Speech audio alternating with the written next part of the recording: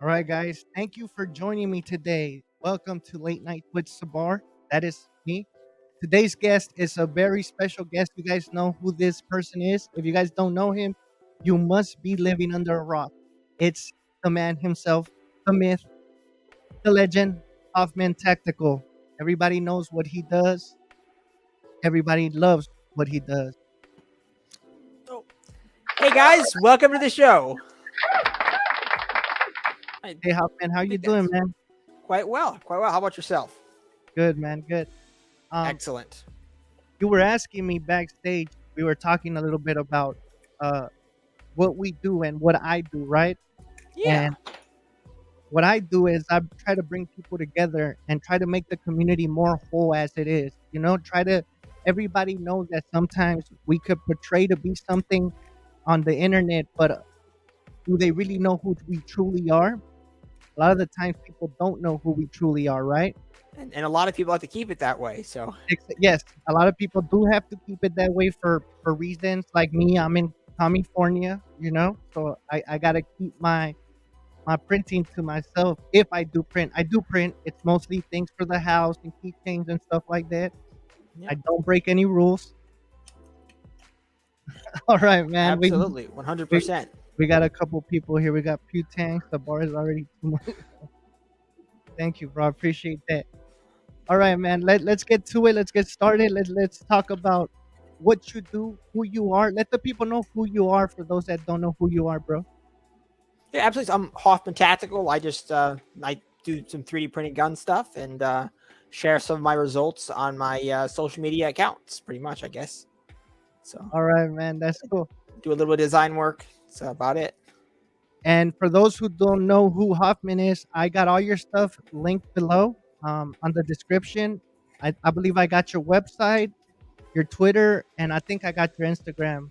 Um, but he also has Odyssey and what else do you have? Yeah, I'm on Odyssey, Rumble now, Brighteon, most of the social media, most of the Utreon, so most of the alternatives. But Odyssey is my main alternative media site because I really like their format, and All all of right, my files are also on Odyssey. cool, man. All right, so let's get this started, man. The first question that I like to ask everybody, or usually I always ask, is growing up, were you part of like, was your family two-way friendly, or they? Yes, no, Okay, yes, yeah, very much so. Yeah.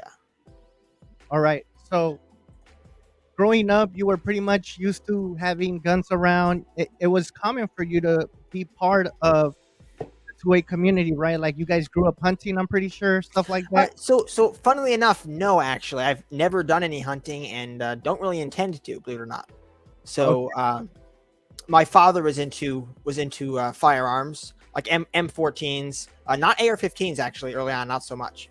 Um, Mainly because like, he got into firearms, way back like in the 90s, and AR-15s weren't nearly as popular back then. So Oh, there were okay. other firearms around. So he got into M14s. That's kind of what I grew up around. 1022, just kind of normal firearms, mostly just doing plinking and target practice, that kind of thing. We never really did any hunting at all. So we just had firearms, kind of for uh, for kind of the original intent of the Second Amendment, I guess you'd say, Yeah, correct. just to have them. So Yeah, for freedom and exactly. all right. And then, so a question I have for you is, as you got older, did firearms kind of you did you get more into firearms? Did you want to figure out how they work, or what was the process behind all of that? Like, how did you end up getting from point A to point B where you're at this moment? Yeah, so that's a good question. I would say definitely I just kind of tried working my way up through different, just wanting to have a firearm for home defense, wanting to get better at using it, and that's that's kind of, I guess I'd say, where I was. I started Hoffman Tactical as a YouTube channel because I wanted to start some sort of business. Uh, I wanted to basically, I wanted to have a source of independent income. I wanted to start a business, so I started Hoffman Tactical, making I've had several products all along the way before I started doing 3D printing, but I was making basically it was a sewn textile product to cover hearing protection to make it waterproof. That's how I started out. So I wanted to do something in the firearms arena because it Yeah. was very interesting to me. So that's how I got started, and then I would say I was not super into firearms. I wasn't doing any building. My grandfather actually funnily enough, actually got into AR-15s around the same time, a little bit earlier maybe, and he did a lot of actually, buying parts from Palmetto, doing building. So I got into that a little bit, and got exposed to building AR-15s around that time period.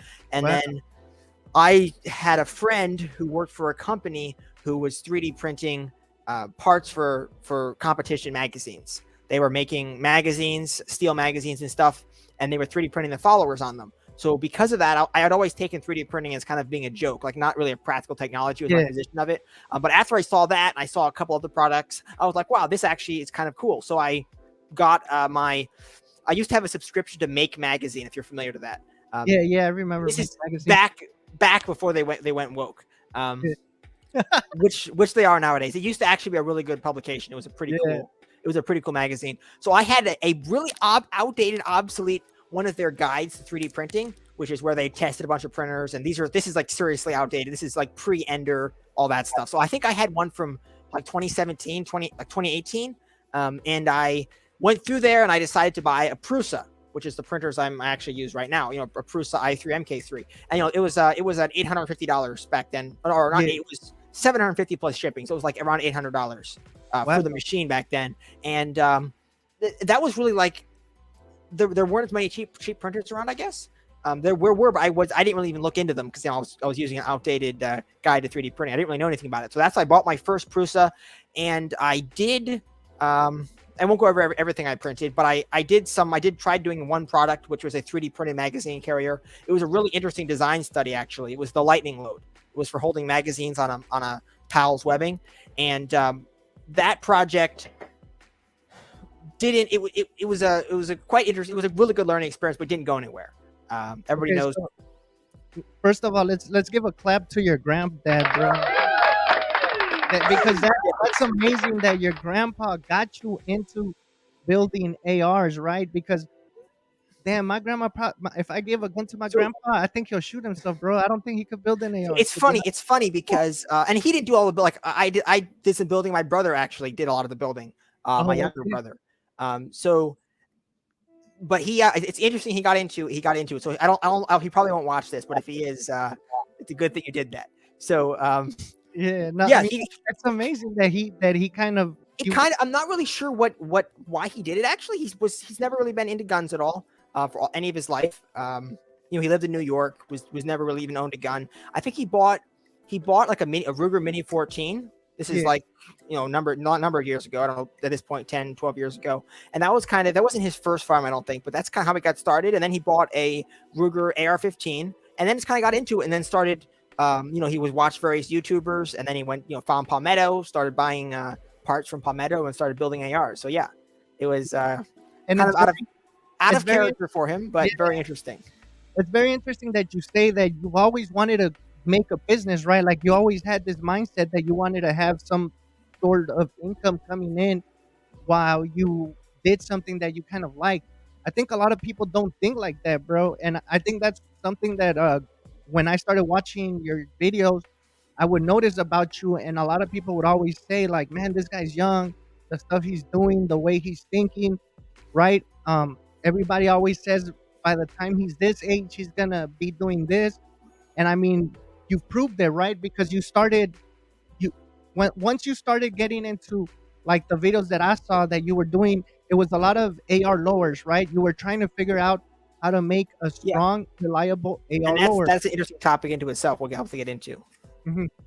So let's talk a little bit about that. Like, how did you realize, hey, maybe, because I know you said you started like with the magazine holder, right? And then you were moving into different projects. How did it land on the lower? Excellent question. So first of all, when I bought before I even bought my first printer, I had just kind of jokingly talked about 3D printing AR lower just as something to do it. And at this point, my only knowledge of 3D printed guns was a headline on the Drudge Report, like from 2013, which had a picture of Cody Wilson's Liberator. So I didn't even really know any details about that. I just know it was a thing. So I was talking about 3D printing an AR-15 lower. It's kind of a joke. And after I had my printer for a few months, like 3 or 4 months, I decided that, and I actually, I had other products I was working on, and I want no reason to go into them. But I decided I wanted to print an AR lower. So I got online, just, did some searching. And believe it or not, this was early 2020. So this was like February 2020. And Yeah. I could not find any remotely good files. I'm actually still, this is only like a little over 2 years ago. And just in 2 years, things have changed dramatically. Like, I always Yes. thought of myself as getting in at the very tail end of the 3D printing thing. Like, by the time No. I came along, most stuff was done. But when I look back at it, surprisingly, actually, in the last 2 years, a huge amount has changed. So 2 years ago, there wasn't all of the support you have now. It was No. very, very, very limited. I don't think the U-bar was even out. I couldn't find it, at least. So none of that stuff was out. All I could find was a horribly designed AR-15 STL file, CAD model, on a file sharing website called PinShape. And I think it's still out there. It's also pinshape.com. It's kind of like Thingiverse. It's just another one of those file sharing websites. And it was by Dr. DeSaler, Dr. DeSaler. I don't know how to pronounce it, but he had an account out there. He had this lower, and I don't have any pictures of it on my computer. Anyway, otherwise I do a screen share. But it was seriously horrible. It was not dimensionally accurate. The only interesting thing with it is that it printed at a 45-degree print angle, and that was something that I took and ran with for a long time. So I looked at his file. I didn't even try printing. I said, this thing is not going to work, just looking at it. So I had my father is an engineer, and he had SolidWorks, a chair of SolidWorks on one of his computers. So I had some experience working with SolidWorks, doing some basic modeling stuff. I modeled up some buildings and some other basic stuff before. And then, so I had already used SolidWorks a little bit. So I had used it as well to model my magazine carrier, which was a really good experience. It's how I got started doing more complex stuff. So I decided I would just design my own AR-15. And I basically just took I had a mil-spec stripped aluminum lower. Actually, one of the ones my grandfather had purchased. So I used that as my base model with some calipers. And that was kind of my starting point. I was able to, a little bit later online, I found there's a really great drawing of an AR-15 lower, a well done drawing of an AR-15 lower with tolerances and everything online. It's the only one out there. It's on different websites, but it's all designed, as far as I can tell, by the same guy. And it's a model of of just the mil-spec aluminum lower. So I had that as a reference as well. So I had good references, and I just got started modeling it. And my first AR lower I printed in PETG with 4 walls and 25% infill. And it lasted 2 rounds. It broke very quickly. That was firing from the hip. So I just took that model, which was very close to mil-spec as far as dimensions go. Everything was very thin. And I decided that I just needed to reinforce it a little bit. When I first started the project, I way underestimated the amount of stress on the buffer tower. I was thinking that it's not going to be very much at all. So I overestimated the strength of the plastic. So I then just basically added some reinforcement, like you'll see, like the Vanguard before I even added the U-bolt, the Vanguard lower. Yeah. So at this point, I hadn't seen that lower, but I modeled my lower, so it looked kind of like that as far as reinforcement goes, which of course didn't do anything. Okay. It lasted 5 rounds, and at that point, I really looked. Actually, I was filming videos at this point, of course, and I knew I had to do something to add more cross section of the buffer tower, something to hold on to it. So I looked at all my options, and finally, I came up with my support rib, which was novel at the time. I think later the Anderson Hellfire adopted the same support rib technique. But that's that. I took the support rib. My third lower actually lasted like 62 rounds, and I ended up cracking the front pins, taking it apart. So it never broke the buffer tower. So that was with the support rib. And then from there on, I just started doing a whole bunch of modeling until, we'll go into that. I'll let you ask any questions you might have. So let me ask you a question right now. You said that the first one you were firing it from the hip. And so that I was going to mention that this is I was going to mention it as a tiny little. Oh yeah, I wasn't worried about it blowing up or anything.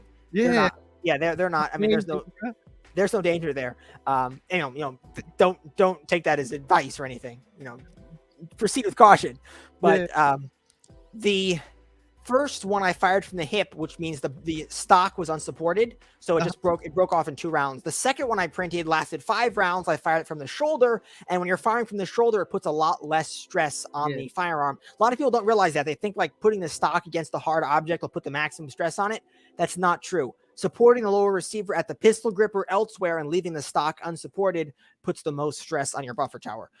So I got to the third version. That one worked really well. I was quite pleased with that one. I started getting more views on that video, and then I kind of took it from there, basically beefed it up, made dimensional improvements, a lot of stuff like that for a few months, actually, until later in 2020 when I did an experiment with the hose clamp. So I had seen the U-bar. The U-bar is clamping stuff together, and I thought that was a good idea, clamping layers together. So I did something similar with the hose clamp. It's a distinctly different mechanism than the U-bar, the way it works, but it's the same basic concept. So I did a prototype with the hose clamp on a 45-degree angle printed lower. It passed the push-up test. I couldn't break it. So that was my first one that wouldn't pass. My earlier lowers passed a few push-ups, but as soon as you got more aggressive, they'd break. So could I ask you something about the push-up test? How did you come up with the push-up test? So that's funny. So I didn't come up with it. I actually, at some point here, later on, I discovered, what was it called back then? Keybase. I discovered Keybase, which was where Deterrence Dispensed was hanging out before they moved over to Rocket Chat. So before they got kicked off of Keybase. So I don't know if you were around back when they were on Keybase. No, I wasn't. I got into this like during COVID. So I think mid 2020, right? Yeah, that would have been towards the end of 2020. Yeah, well, Keybase, I forget when they got kicked off of Keybase, sometime in 2021, I think. I don't know the exact date though, but Keybase was like a peer-to-peer communication, kind of like Rocket Chat, though not as secure, obviously. And I had messaged Ivan over there, asked him if he had seen my lowers and what he thought about them, any tips he might have, because this is like I was just kind of learning about the other people involved. And he got back and he mentioned something about he'd already tried that. I think I don't remember the details. But anyway, he mentioned the push-up test. I was like, what is that? I have no idea. So Ivan is actually, as far as I know, came up with the push-up test. Ivan the troll. So shout out to Ivan. Yes. So I just took it from there. I was like, oh, that's kind of cool. So my objective then was trying to make it past the push-up test. So yeah, Ivan is the one who originated the push-up test, not me. So that's the history behind the push-up test. That's amazing, man.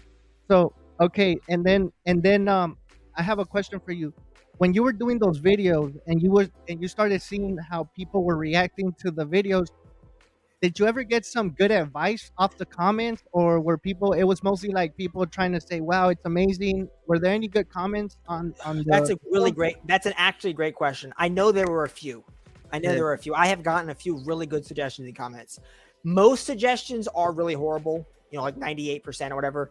Most suggestions aren't good. I'll put it that way. But there are some actually seriously good suggestions. I cannot think of one right now, but I know there have been several. Yes, I know there have been several along the way. I've gotten good suggestions for doing a certain thing a certain way. I'm like, hey, that's a great idea. I should do that.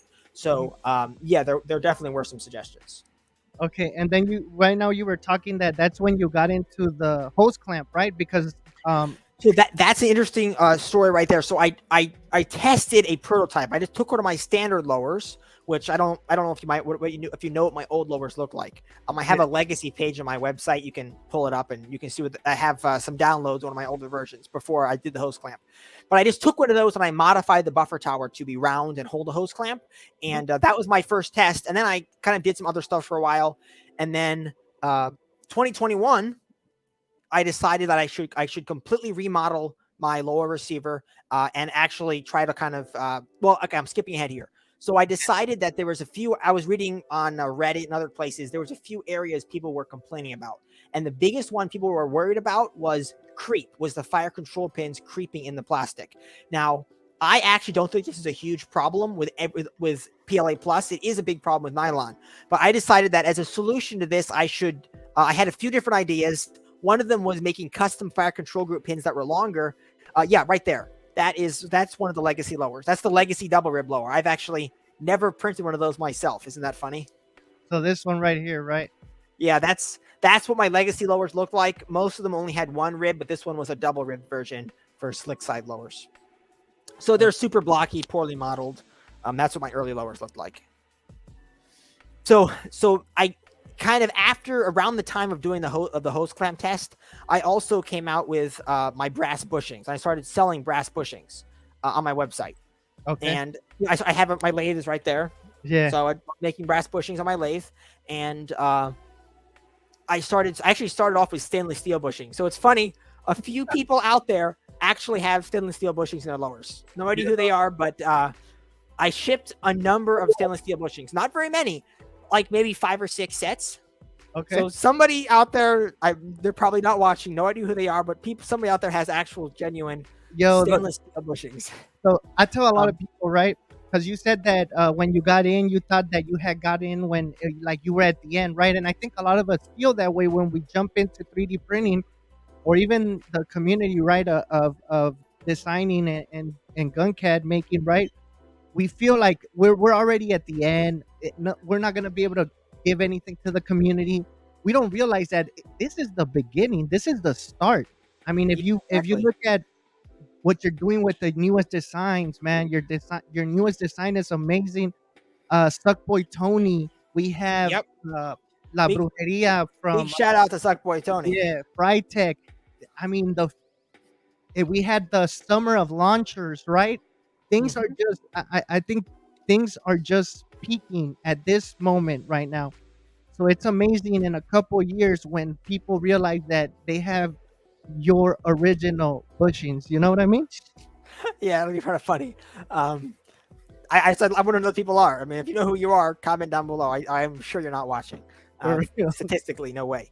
But yeah, I got into making, and as you said, yeah, I've only recently realized like how far we've come. Like I think Yeah. Ivan mentioned it. And I was like, oh wow, you're right. We have really come really far. So I started doing the bushings on the website, and I did that for a couple months, I think, with my old lower design. And then I had my hose clamp idea, and I decided that I should try to kind of capitalize on my lower receiver, try to make it better, start selling kits for it, and really try to make it the center of my business. So I actually bought a new version of SolidWorks. So I bought a full chair of SolidWorks of my own, bought a new computer to model with, and sat down for a number of weeks and designed my first super lower, which was the version 2.4. And that was my first, my current version 3.1 super lower is actually kind of sadly still based off of that original design I designed last year. So I actually desperately need to do a full update on that. After I'm done with this, I will. Yeah. But that's when I designed my first super lower. It was extremely popular. And it's just kind of gone from there. So I did my first super lower, started selling kits for that.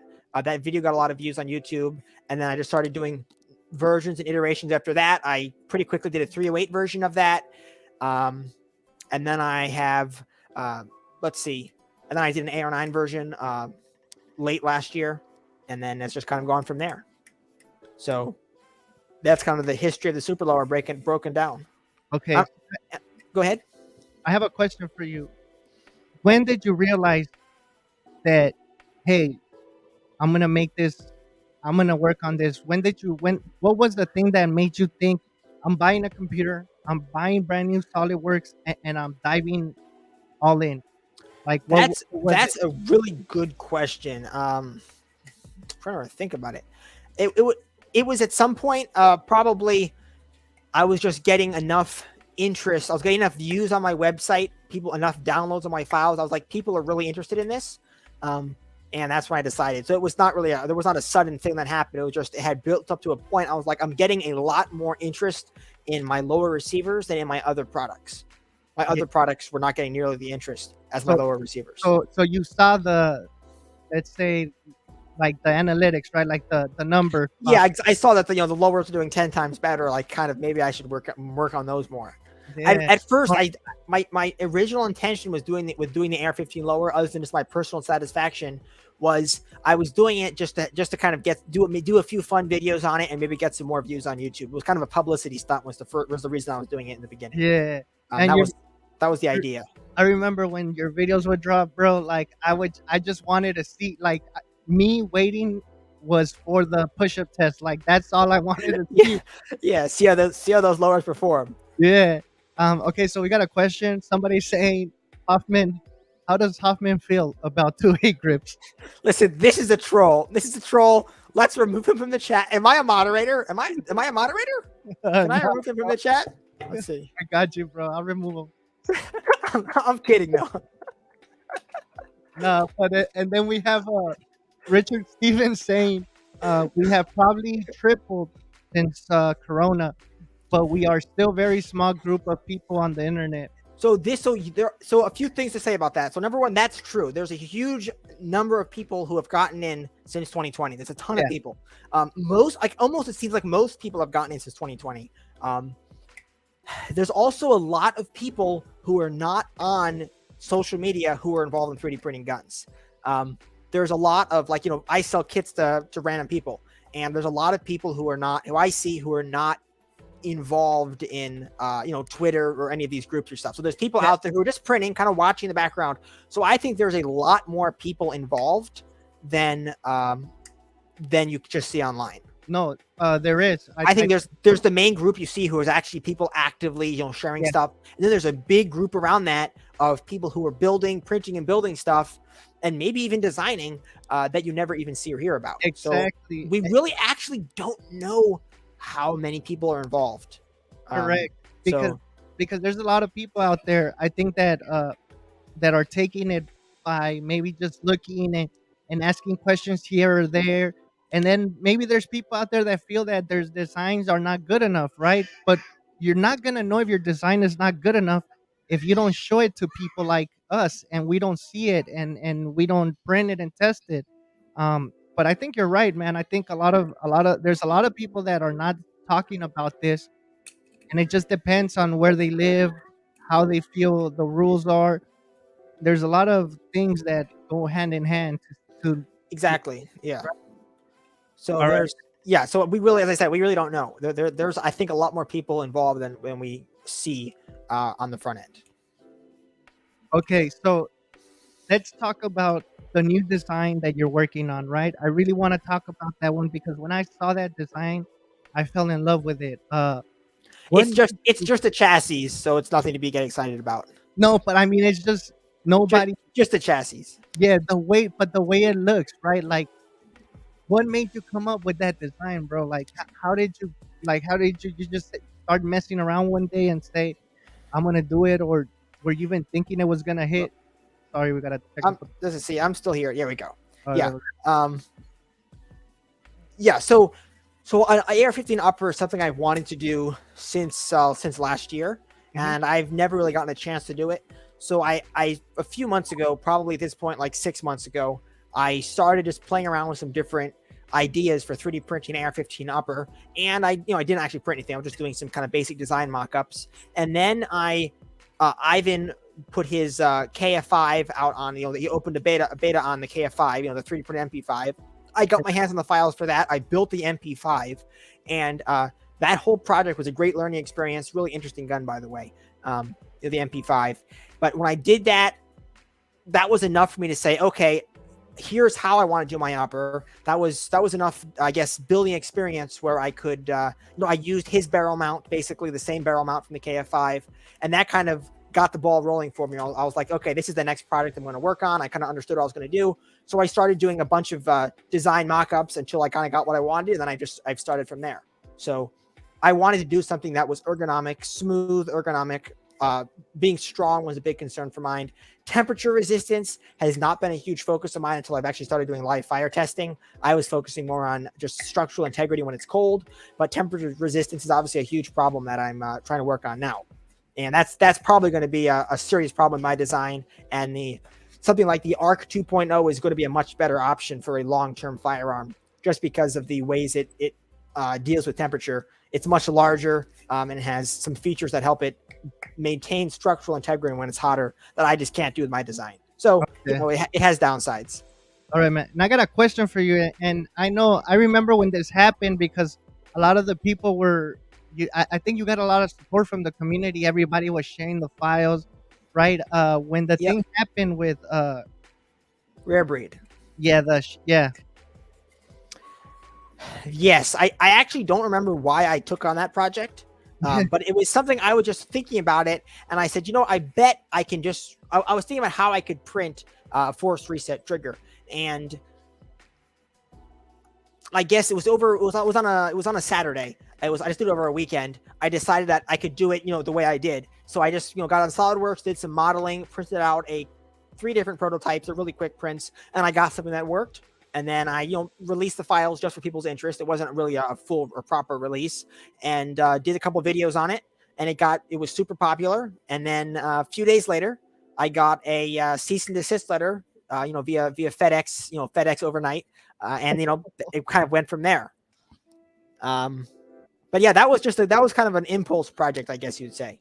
Yeah, I kind of thought I figured out how I would do it, so I did it. I remember. I think when that happened, I had done a show. I was doing a show with John, right? It was John and me, Richard, and we were talking about it. And a lot of the people in the community, even the 2A community, were kind of ticked off because they were saying, "Look, the person that's gonna do that trigger that Hoffman created is not gonna go out and spend money on Yeah, a." and that was one of the points. But basically, I mean, I did like a 20-minute video discussing the situation, Yeah. what happened and everything. But Rare Breed was very, very regretful of sending the cease and desist letter Yeah. soon afterwards because of the public backlash. So because of that, the public backlash, I avoided any other legal hassles, really. Wow. I had a lawyer. We kind of went back and forth, and in the end, we had just an agreement between myself and Rare Breed that I wouldn't share the files anymore, which I don't, and they would hold me free of all liability. So, we did that, and then that was that. That was the end of it, basically. Yeah, that was amazing, man. I can't how did you feel after that? Did you feel like, wow, I can't believe the community supported me the way they did? Or yeah, I was pretty impressed. I was pretty impressed by the community. That was pretty cool. I thought that was pretty cool. Yeah, man, that's amazing. Definitely helpful. All right, and let's talk about something. I think I saw that you really don't print like Glocks or frames like that, right? You just stick to ARs. But I seen you had printed one, right? Yeah, I got a few Yeah. frames back there. Why do you have issues sometimes with frames, and why do you like the 45 angle? You mean the print for printing frames? You mean? Yes. So okay. A few things to unpack there. So first of all, I've had trouble with Glocks feeding and not feeding, but I've had a lot of ejection problems with Glocks, and that's just due to poor parts, as far as I can tell. I've fixed those problems by moving to Gen 3 ejector, and then polishing and cleaning out my extractors, and then going to a lighter recoil spring in some cases has fixed those issues for me.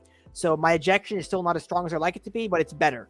So I can't see any other reason why I've had problems other than just poor parts. People tell me to upgrade certain parts, and I do, and it works. So it seems to me like I've just been using cheaper parts kits and Gen 3 equipment, and that causes the problems. To address your second problem, your second question, I don't actually print at a 45-degree angle. I print at a 10-degree angle approximately. Let me grab a frame, no upper, so it's good for YouTube, and I'll show you. All right, go ahead.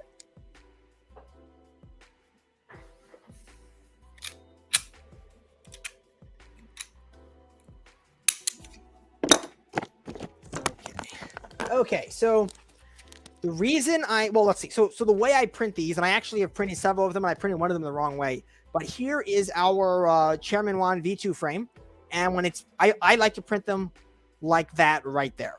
That's how I print them, just like that. All right. I used to print them rails up, like most people did, and that actually works until Chairman, is working on his V3 frame now, and that beautiful texturing and stippling down there in the bottom. You just can't print it rails up anymore. Period. It just isn't going to work. So rails down is horrible because support removal from the inside is a terrible pain. The advantage of printing at a 10-degree angle, and this is, if you'll notice, if you look at my AR lowers with built-in support, you'll notice that all of the supported surfaces are at a 10-degree angle. And I did a whole video discussing this subject. It's probably kind of long and boring for most people, but I did a video discussing built-in support, printing at a 10-degree angle, and why I do that. But the basic reason is if you print flat, you have to support infill on the bottom as well as the walls. So you have walls, infill to support, and they all kind of droop and make an ugly mess, and they stick to the support material. If you print at a 10-degree angle, all you have to support is the perimeters because everything's in a little stair step. Supporting those little stair steps is way easier to work with when designing built-in support, which I do plan on doing for Chairman Juan's latest frame. No promises, but I'm working on it. But even with slicer generator support, it makes support removal easier printing at a 10-degree angle than printing flat. So, and I see come on PLAs make some comments here. Yes, tuning your support settings does help, but printing at a 10-degree angle helps as well. It also reduces warping. So it's way easier to design built-in support for. Support is easier to remove, reduces warping, and if you print it this way, your all the stress around your locking block, all the layer lines tie into the rest of your print down here. All your pins line up and are tied together. Now, a mistake I actually made in my most recent build, just because it was late and I was tired and I messed it up. I printed it this way like that. So that also works. The problem is your layer lines are running this way and it's not going to be nearly as strong. I don't think it'll probably work. It's a PA12 carbon fiber nylon. I'm sure it's fine, but the proper way to print them is just like that. And that is what I'm going to, that's what I'm using from now on. And a 10-degree angle is not a hard number. It depends on your layer height and your line width. You want to get that stair step at the optimal step height that I'm still kind of working on figuring out what that is. But I just go with 10 degrees as a general rule of thumb, and you're very close. All right, I have another question for you. Filament, right? A lot of people like their filaments and they're used to their filaments.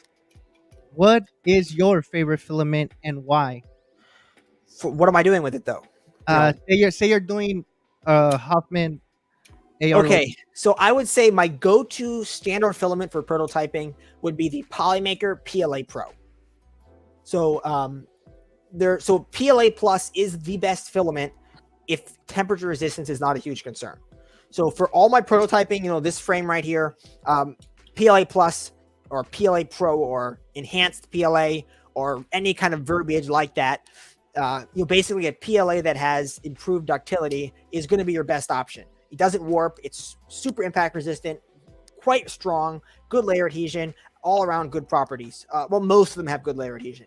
The Polymaker PLA Pro is reasonably priced, good quality, very consistent filament, and I have had excellent results with it. And it's got good layer adhesion, good impact resistance, and good tensile strength. Some PLAs have poor layer adhesion. Some PLA pluses.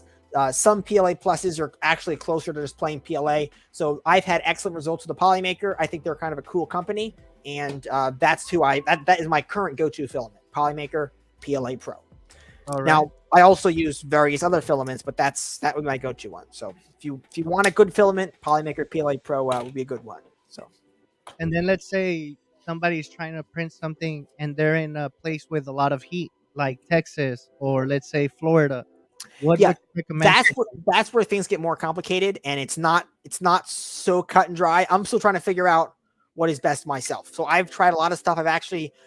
I've recommended some different filaments in the past, and that I shouldn't have recommended probably. So So generally speaking, I would say carbon fiber nylon, some sort of carbon fiber nylon is good what you want to go with. Glass fiber nylon as well, though. Generally speaking, I prefer carbon fibers for most work. The problem you run into with a lot of nylons, nylon 6 in particular, is after moisture absorption, they get very, very flexible. And I've actually, there's two ways to get around that. You either go with a different type of nylon, which is what I'm looking into right now, or you go with a nylon with a lot of fiber fill in it. So examples of a nylon that would stay relatively stiff would be like the Atomic Filaments nuclear nylon. I don't know if you've heard of that or not. Or I'm sure you've heard of the Nylex nylons. What's the company's name? They're making the Nylex now. Yeah. I have two rolls sitting right down here in my dry box. Yeah. I forget the name of it real quick. I'm sure someone in the comments will say it's Coax, right? Coax. Yeah, I was gonna say it's 4 letters. Yeah. So Coax is another example. Higher carbon fiber content nylons have problems though. I found problems with layer.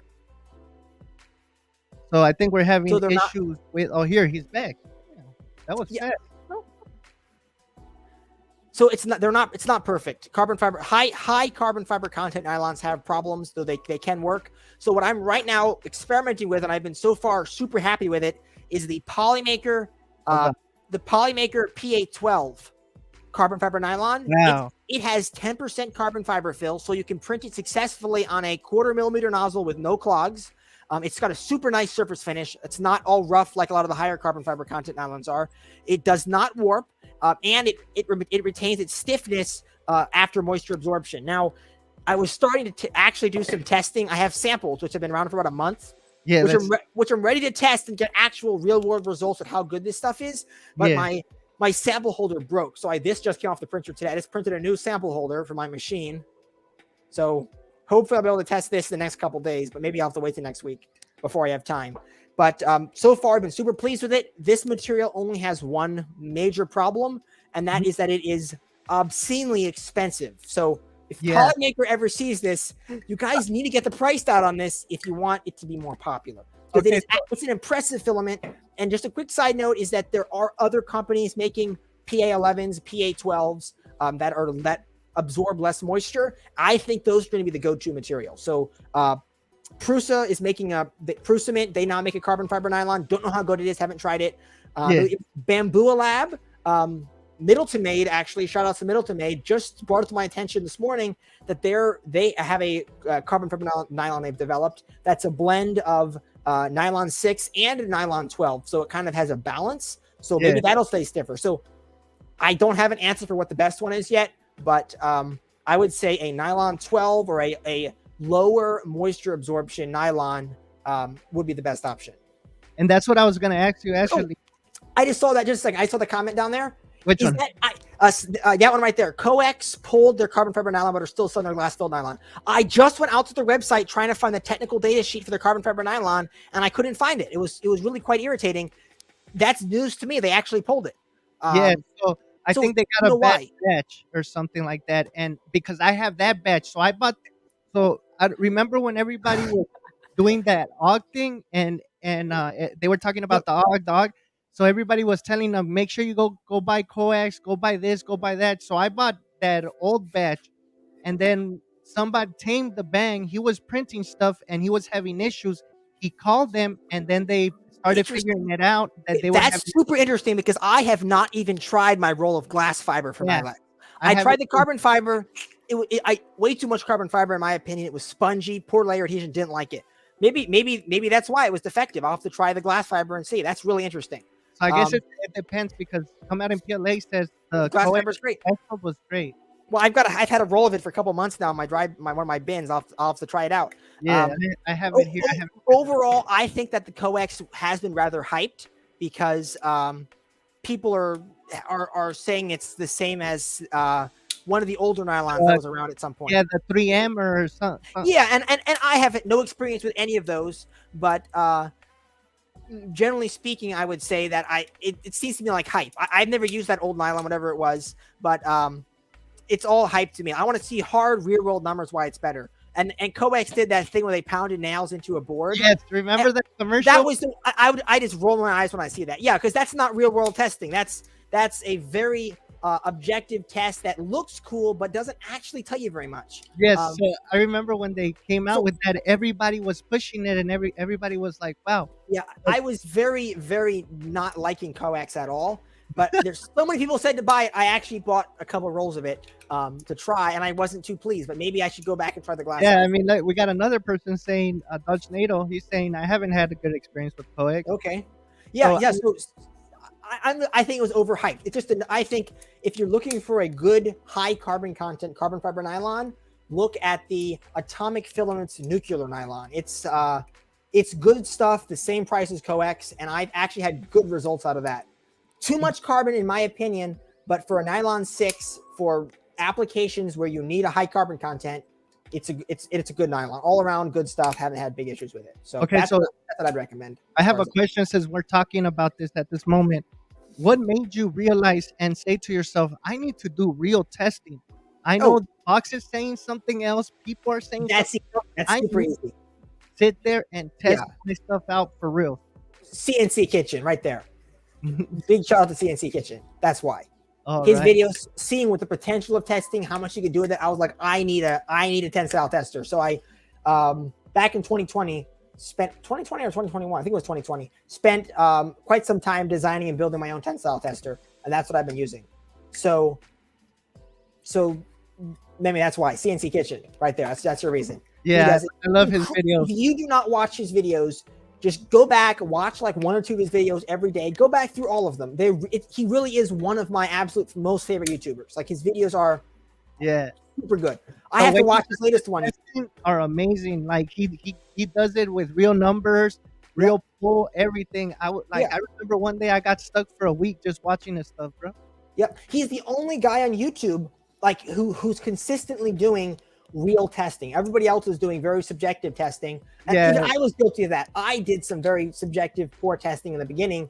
I actually have a video still up, I think, doing that testing. You can go find it. Pretty bad stuff. Pretty embarrassing. But CNC Kitchen was a big inspiration for my testing. So I decided he just doesn't do enough basic testing because I mean I'm sure he doesn't have time, obviously. yeah, He's trying to focus on kind of more interesting subjects. So I built my tester, and I now have an impact tester as well over there. So I've been doing, I just try to figure out, what's best. And that's amazing, man. I'm still learning. I'm very amateuristic when it comes to testing. So Okay, and then I have one more question for you, and then after that we'll do a giveaway that Marconi Armory and Arcane Technical have been nice enough to actually give away a magwell, and you'll be able to pick who gets that magwell. But let me ask you this question: what do you want to see more in the 3D 2A world? Like, what what do you want to see more as in designs, and not just designs, but maybe also strength? What are you looking forward? well, okay. So a couple things. So number one, I want to see less 9mm PCCs. Okay. Number two, I mean nothing wrong with them, but who cares? Yeah, Number two, I want to see more belt feds. belt feds. Yeah, more belt feds, guys. I want to see some belt feds. I mean, they have limited practicality, to be honest. Like, what we need to be working on, firearms is only half the game. We need to be working on other technology, electronic systems, targeting systems, more advanced, more autonomous weapon systems, stuff like that is what really we need to be focusing on. And I would like to focus on that as I proceed forward a little bit more, but that's more complicated and different than what we're doing now. But as far as firearms themselves go, I would like to see more belt feds just out of personal interest, not necessarily practicality. And then we got somebody saying, I dug up a desktop historian machine from my work to mess with things because of your video on material design. Rusty. Oh, he actually has a real machine. That's cool. Yeah, that's cool, man. And then what is something that you think is gonna be the future for 3D printing? Do you think we're gonna have more nylon, right? Yes. Or do you think we're gonna have more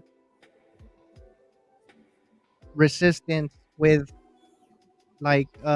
shock, like instead of breaking? So you think it's gonna be more not people using more nylon? Okay, so let's see. So there's actually, I don't know much, but there's a couple super interesting materials being worked on for 3D printing that could definitely be much stronger, much more impact resistant, be much better than nylon. There's materials out there that I think could be huge breakthroughs. I think we're going to see some huge material breakthroughs in the next few years. I think nylon absolutely, but I think we're going to see other stuff as well. Some really cool stuff. So when stuff gets cheaper, and then you Yep. think we'll be able to get machines that actually are able to produce the filament and be at a cheaper cost, correct? So I don't know about producing filament. I don't think that's ever going to be something for everybody. Yeah. Doing that kind of thing in a big factory always makes more sense. Producing filament yourself, I think, will be a thing for doing custom blends and stuff, but it's always going to be a specialty thing. There's really no reason to make your own filament if it's a standard filament that can be made in a big factory, unless obviously there's political reasons involved. You live in a remote country and there's lots of regulations. But other than that, if you live in a semi-free country, I don't think there'd be any reason really to do it on mass scale. Yeah. Okay. And then one last question, and this question is just specifically for you, right?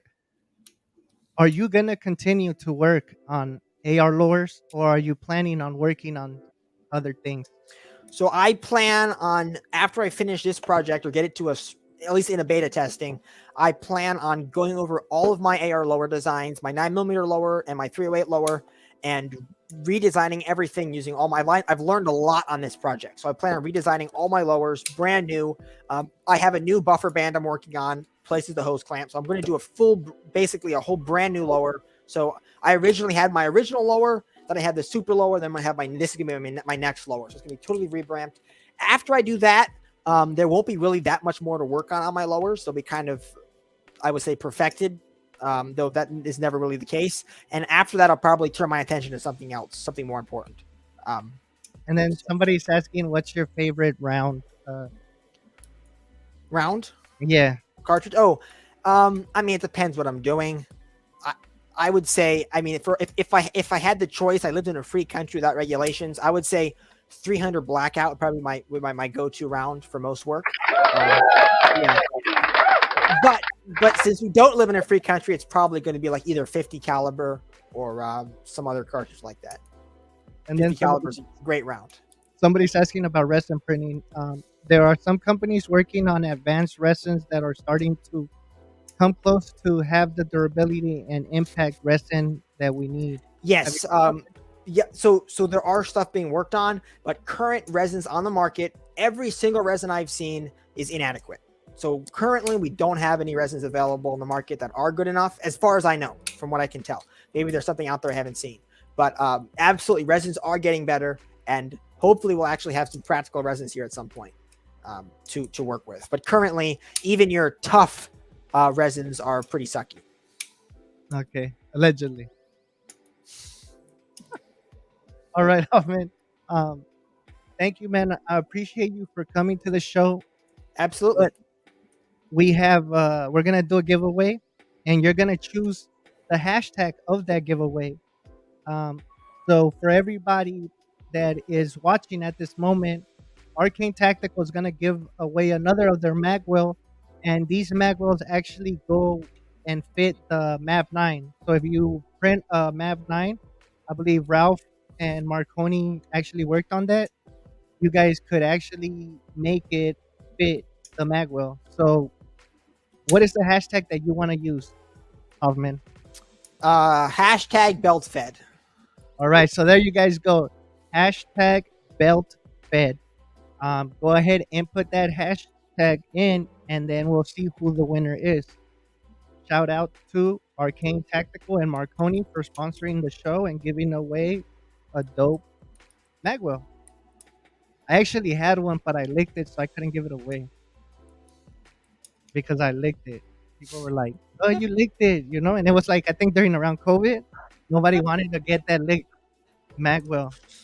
I think it was worth more. Like they could have cloned me. Imagine having a bunch of clones like of me running around. A bunch of Sabr clones. I don't know. Allegedly, no, that's not good. All right, man. But let me ask you something.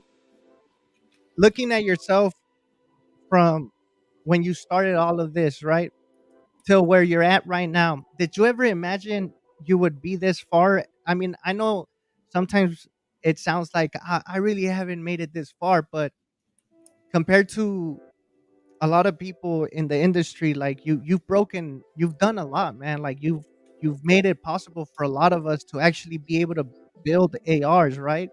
To actually own an AR at home. Um, Allegedly. allegedly, right? Because Yeah. California and other states.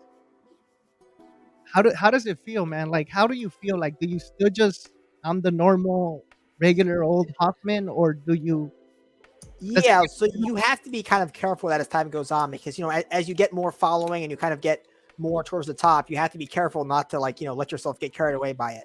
yeah, So that's definitely a thing. Um, I never thought I would be a particularly large person when I started out. Certainly, it's only really till recently that I've become that popular, I guess. So yeah, so I mean, yeah, that's definitely a component, I would say. Something you have to think about. I, yeah. I try to I try to stay like as if I'm nobody. That's how I try to think. So Yeah, like you try to not let your ego get too yeah, big, exactly. right? It's not always easy, but yeah, I try. Yeah. I mean, I remember watching your stuff, right? Because there's a couple guys that are young and that are doing a lot. You and then Trent. I don't know if you heard of Trent. Yeah, Young and Tactical. Yes, him. Yeah, yeah, I So know Trent. Yeah, yeah. I yeah, got to get him on a live stream. Actually, yeah. I need to do like that. So having like both of you guys, and I remember for a while I'll be seeing all the young guys, and you know, a lot of the young people, they like watching, they're like dancing or on TikTok or whatever, and it makes you sad because you're like, man, is this the future of America, right? But then having and seeing your guys' stuff, it just brings hope, right? It's like, man, there's still people out there that care about their freedoms, and they care about creating and building, and are not worried about anything else. And I think that gives hope, to a lot of people, I, especially to me. I, You know, I hope it does.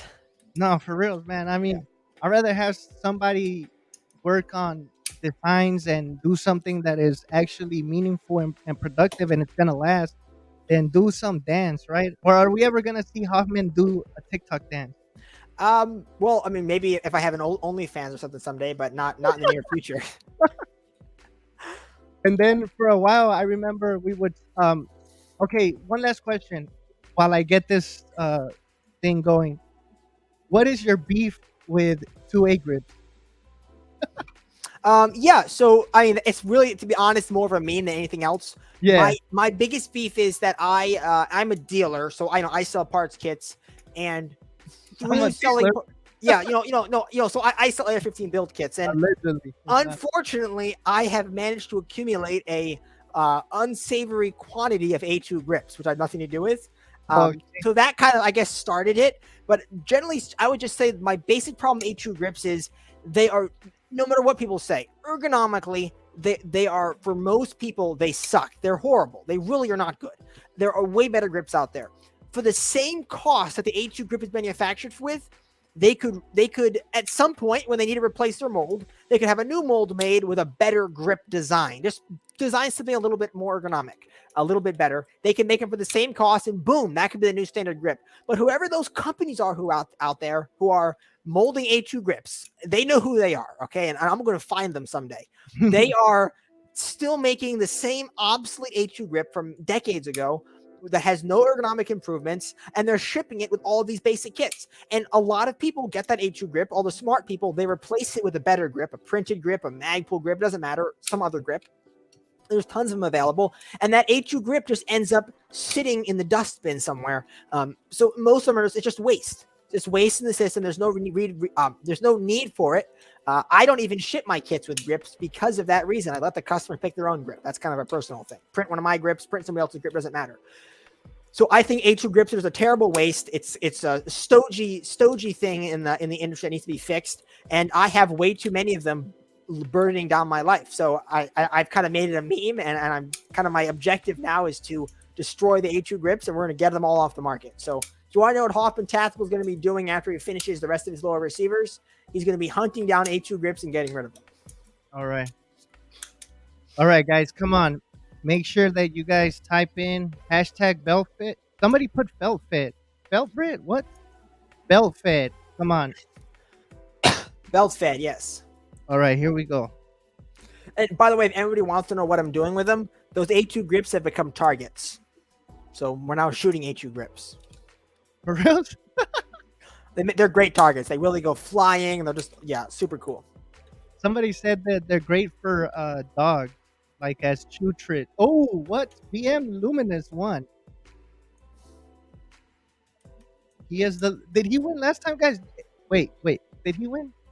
He won again. No, I'm joking. All right, so we got V Luminous, the winner for today's giveaway from Arcane Tactical slash Marconi. Thank you, guys, and thank you, Hoffman. I really appreciate you coming to the show and learning something new, bro. It's amazing to see how you're able to work with all your, especially the testing you're doing now. I think that's gonna help you build better products, because not everybody's doing the testing. Everybody's just going by whatever we tell them, right? Or somebody told me this is stronger, somebody told me this, but like you said, Exactly. There's a lot of anecdotal stuff out there that you have to take with a grain of salt. So exactly. And there's a lot of factors, like you said. I mean, for the heat, if you want it to be heat resistant, if you want, depending on the area you're at, right? Because if you live in Florida, the filament is gonna get more humidity in it, right? And now that's a problem. So thank you guys. Thank you for everybody that watched the show. Um, I'm gonna take you off, Hoffman, and then I'll see you backstage real quick so I could yep. talk to you real quick. So thank you guys. Thank you for coming. Uh, be be luminous. Make sure that you send me an email. That way I could get all your info.